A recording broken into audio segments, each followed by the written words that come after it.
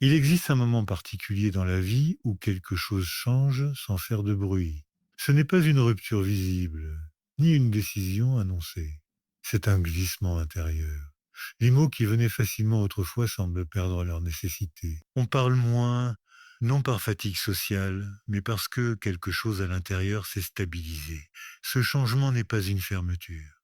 Il est souvent le signe que l'on n'a plus besoin de se prouver. Pendant longtemps, parler sert à exister. On raconte pour être vu, on explique pour être compris, on partage pour ne pas être seul. La parole devient un pont vers l'extérieur, parfois même un refuge.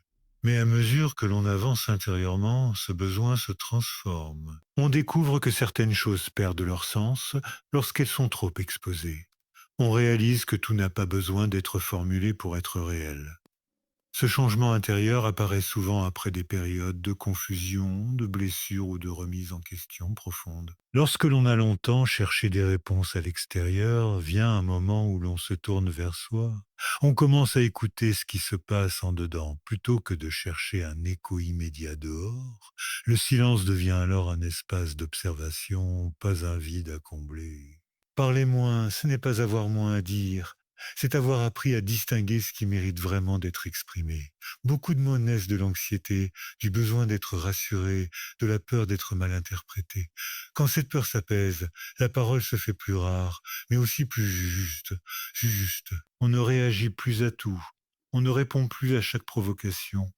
On ne se sent plus obligé d'expliquer qui l'on est. Ce changement modifie profondément la relation aux autres. Certaines conversations deviennent lourdes, non parce qu'elles sont mauvaises, mais parce qu'elles ne correspondent plus à ce que l'on ressent intérieurement. Les échanges superficiels fatiguent. Les discussions répétitives perdent leur attrait. Ce n'est pas du rejet. C'est une forme de cohérence intérieure qui s'installe.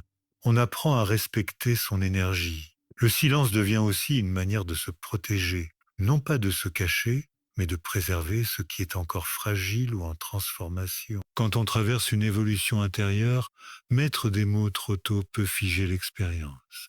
Le silence permet au changement de mûrir sans pression extérieure. Il laisse le temps à l'identité de se réorganiser. Avec ce changement vient une nouvelle relation au regard des autres. On accepte de ne pas être compris par tout le monde. On comprend que certaines personnes ne peuvent entendre que ce qu'elles sont prêtes à entendre. Cette acceptation libère énormément. Elles enlèvent le poids de devoir constamment se justifier. Le silence devient alors un espace de liberté. Ce calme intérieur transforme aussi la manière de vivre les émotions. On ne les projette plus immédiatement vers l'extérieur. On les laisse exister, se déployer, puis se transformer. La parole n'est plus utilisée pour se débarrasser de ce que l'on ressent. Elle intervient lorsque l'émotion a trouvé sa place. Cette capacité apporte une stabilité nouvelle, moins dépendante des réactions des autres. Parler moins permet également d'écouter différemment. L'écoute devient plus profonde, moins orientée vers la réponse. On entend ce qui est dit, mais aussi ce qui ne l'est pas. On perçoit les tensions, les incohérences, les silences chez l'autre. Cette écoute modifie les relations. Certaines se renforcent, d'autres s'éloignent naturellement. Il arrive que ce changement soit mal compris. Certains y voient une distance, un désintérêt, voire une froideur. En réalité, il s'agit souvent d'un recentrage. La personne n'est pas moins présente. Elle est plus ancrée. Elle n'a simplement plus besoin de remplir chaque espace par des mots. Avec le temps, ce silence devient confortable.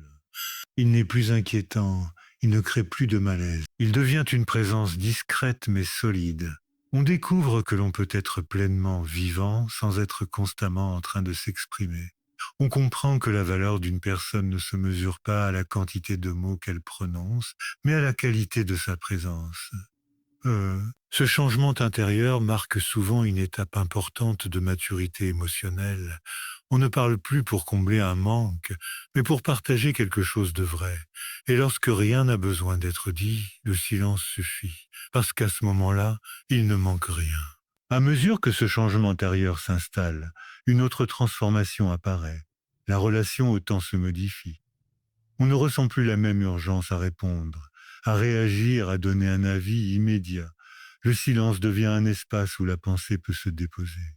On accepte de ne pas savoir tout de suite ce que l'on pense. Cette lenteur nouvelle n'est pas un manque de vivacité, mais une forme de maturité.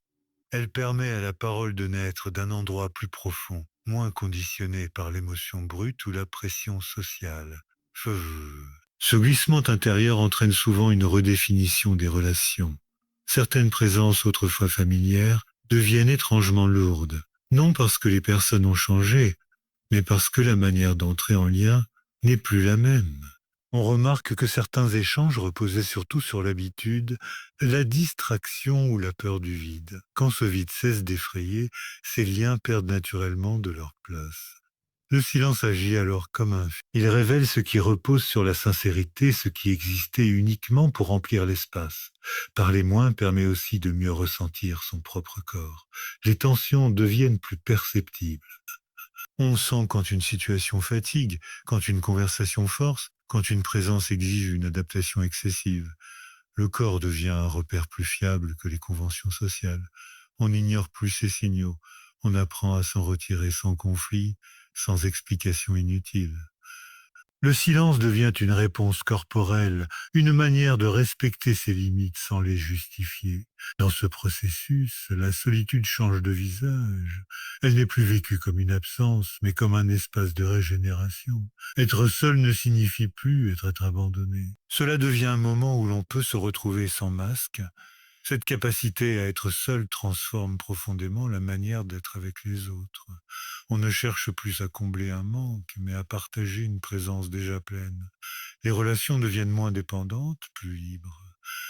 Le silence accompagne également une forme de lucidité émotionnelle.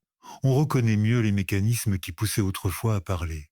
Le besoin d'être rassuré, la peur de déplaire, l'envie de contrôler l'image que l'on renvoie. Lorsque ces mécanismes perdent leur pouvoir, la parole se détend. Elle n'est plus défensive, elle n'essaie plus de convaincre, elle existe simplement quand elle est nécessaire. Cette évolution peut créer un sentiment de décalage avec le monde environnant. Dans un environnement où tout pousse à s'exprimer, à réagir, à se montrer, choisir le silence peut sembler étrange, mais ce choix n'est pas un refus du lien, c'est un refus du lien, c'est un refus de l'agitation inutile. La personne ne se retire pas du monde, elle y participe différemment avec plus de discernement. Parler moins permet aussi de vivre les émotions sans les projeter immédiatement. La tristesse, la colère, la confusion ne sont plus automatiquement traduites en mots. Elles sont accueillies, observées, traversées. Cette capacité réduit la dépendance affective. On n'attend plus que l'autre apaise ce que l'on peut apprendre à contenir soi-même. Le silence devient un contenant émotionnel sûr. Au fil du temps, une forme de paix discrète s'installe. Elle n'est pas spectaculaire. Elle ne se manifeste pas par une joie permanente. C'est un calme intérieur, une stabilité douce. On n'a plus besoin d'être constamment compris pour se sentir en sécurité. On accepte que certaines choses restent non dites, non partagées, non validées. Cette acceptation allège profondément l'existence. Le silence devient alors une manière d'habiter sa vie.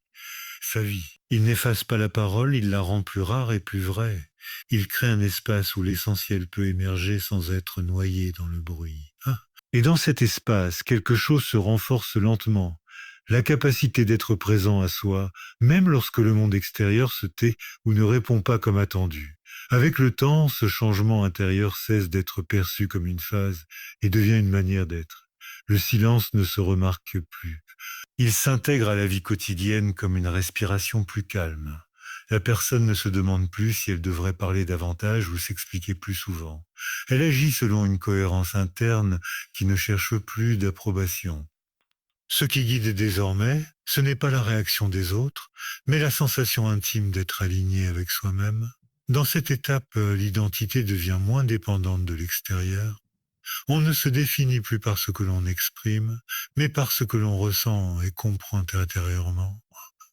Les mots ne servent plus à se construire une image. Ils deviennent des outils ponctuels utilisés lorsque le lien est juste. Cette économie de parole n'appauvrit pas les relations, elle les clarifie. Elle les clarifie. Les échanges superficiels s'effacent naturellement, laissant place à des rencontres plus rares mais plus sincères. Le silence révèle aussi une transformation profonde dans la manière d'aimer. On n'a plus besoin d'une présence constante pour se sentir en sécurité. Fait.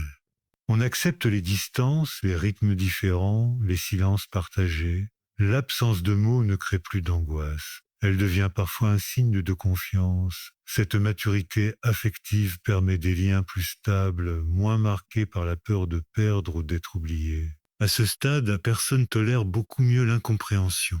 Elle ne ressent plus l'urgence de corriger chaque interprétation erronée. Elle sait que certaines personnes ne peuvent comprendre qu'à partir de leur propre vécu. Cette lucidité enlève une lourde charge émotionnelle. On cesse de se battre contre des malentendus inévitables. Le silence devient un acte de respect envers soi-même, une manière de ne pas se trahir pour être accepté. Ce changement intérieur influence aussi la manière de traverser les épreuves. Face aux difficultés, la personne ne cherche plus immédiatement des mots pour expliquer, justifier ou dramatiser. Elle reste avec ce qui est, même lorsque c'est inconfortable. Cette capacité à rester présent sans se disperser renforce une solidité intérieure.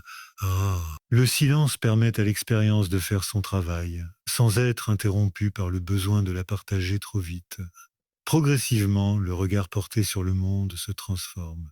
Le bruit ambiant devient plus perceptible, mais aussi moins envahissant. On observe davantage, on réagit moins. On comprend que beaucoup de paroles servent à masquer une agitation intérieure. En s'en détachant, on découvre une forme de liberté. On peut être au milieu des autres sans se sentir obligé de participer au tumulte. Le silence devient une frontière douce entre ce qui nourrit et ce qui épuise. Cette transformation n'isole pas, elle sélectionne. Elle rapproche de ceux qui respectent les silences autant que les paroles. Elle éloigne de ceux qui exigent une présence bruyante pour se sentir exister. Ce tri relationnel n'est pas un choix conscient. Il se fait naturellement au fil du temps, à mesure que la personne habite plus pleinement son espace intérieur. À la fin de ce cheminement, une évidence s'impose. Parler moins n'est pas un appauvrissement. C'est souvent le signe que l'essentiel a trouvé sa place. Le silence n'est plus un manque, mais une présence. Il accompagne une vie intérieure plus stable, plus consciente, moins dépendante des réactions extérieures. Ce changement intérieur ne rend pas distant, il rend plus vrai. Il permet d'être avec les autres sans se perdre, de partager sans se disperser, d'aimer sans se trahir. Et lorsque les mots surgissent, ils portent alors le poids de ce qui a été longuement vécu, compris et intégré. Dans ce silence habité, il n'y a plus rien à prouver, seulement quelque chose à être.